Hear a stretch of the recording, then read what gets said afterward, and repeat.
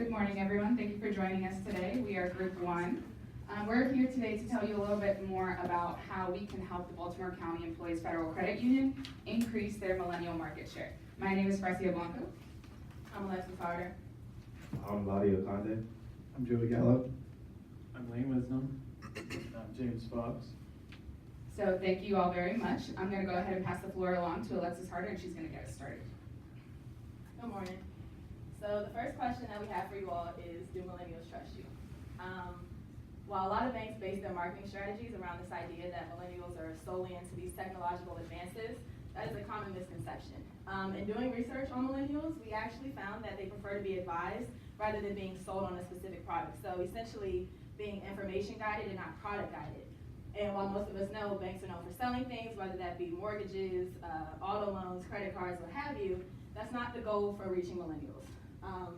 Information is the primary value proposition for them, and if they feel that your information is good, if they feel it's credible, if it's valuable, then that would take precedence over any product being sold.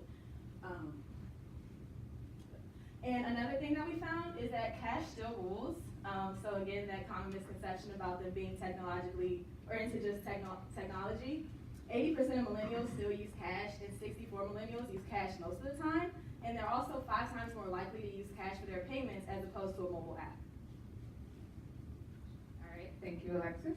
Oh, yeah. So next we're going to move on to the numbers. My apologies, the graph isn't showing up, but just to give you all an understanding of what we were looking at, basically we wanted to ask you all, do you all know where your millennials are spending? Majority of millennials have auto loans. A very few number of them have home loans, but majority of them have student loans. So that's something that we really need to take into consideration before looking into our approach. So in doing so, after looking at that, we know that this market share needs a certain amount of support. So we believe that you should enhance your mobile app. This could mean like adding a fingerprinting incentive. It could mean adding more graphics to your app. It's also about educating your millennials. 53% of millennials don't know the difference between a credit union and a bank. So that's half of the millennial population. We also believe you should extend your scholarship time frame. In doing so, right now it's a very small population that it reaches out to. So if a small number of millennials are only allowed to apply for them, how are the rest of them going to in turn educate themselves on what a credit union is and how that will benefit you in the long run? Okay, so now I'm going to pass the floor along to James Fox. Thank you. Yeah, I'm sure many of you are wondering why consumers choose mainstream banks over credit unions in the first place. Number one reason consumers choose mainstream banks is convenience. Mainstream banks are able to offer their services through clean designed mobile apps,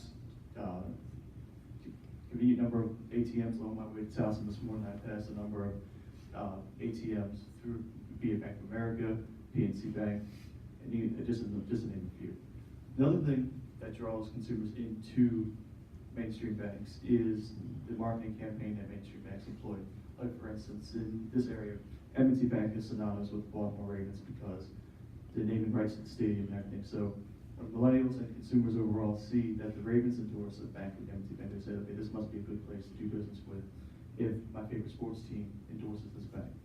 Now I'd like to pass it to Lane Winston, who's going to tell us why consumers choose credit unions. Again, as to what credit unions even were or how to access one even if I wanted one. So a lot of millennials don't know the similarities between banks and credit unions, and there might be misconceptions there. Deposits are insured just like at a regular bank. It could be a misconception that because credit unions are a corporate entity that maybe their deposits aren't as safe or insured, but they definitely are. You can open checking accounts, savings accounts, apply for loans. Interest rates apply to both your savings and your loans, just like a normal bank. But the important thing is the differences, that credit unions are not for profit, whereas banks are focused solely on their shareholders. There are minimums and no fees, unlike a bank, which could be a huge selling point to millennials because millennials, as a majority, most of us are college students with lots of debt, and we can't afford to get $36 overdraft fees every time we run a little short. In a 2012 customer satisfaction survey, credit unions received a score of 82 compared to banks' overall 77, which is really good because millennials place high value on interpersonal relationships and communication, and showing that you highlight better communication than banks is a definite pro.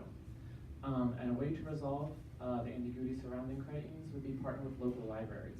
I myself as a kid was part of a volunteer group at a library, and I know it would be cost effective and easy to implement to hang posters and flyers all around the libraries, so that way the kids are exposed to it when they're young, so by the time they're old enough to open checkings and savings account, they've already been exposed to the information about credit unions.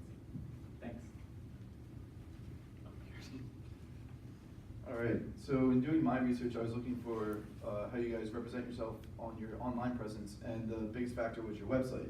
And so I looked into recent website trends for not only banks and credit unions, but websites in general. And most trends say design elements should be content friendly, and the placement of design elements should be done strategically to enhance the look and enable visitors to have quick and easy to find access to content. So I found that your website had all these strengths and followed these trends by having the easy access toolbar that strings content into bold subcategories. They also have current offers and promotions that are presented on the homepage through that vibrant slideshow, which shows not only the families with their children, but also the teen checking and the other promotions like the scholarships.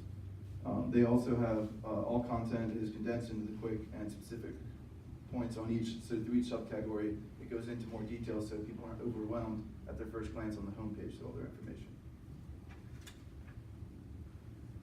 All right, so now I'll explain to you guys additional areas of improvement that the federal credit union can do. So millennials seek convenience and efficiency. Currently, the application process involves either mailing in the application or actually attending one of the 3 local branches.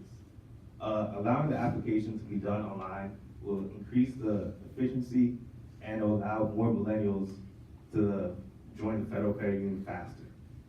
Also, partnering with local colleges will allow you to extend your demographics further and further educate those of what a credit union actually is.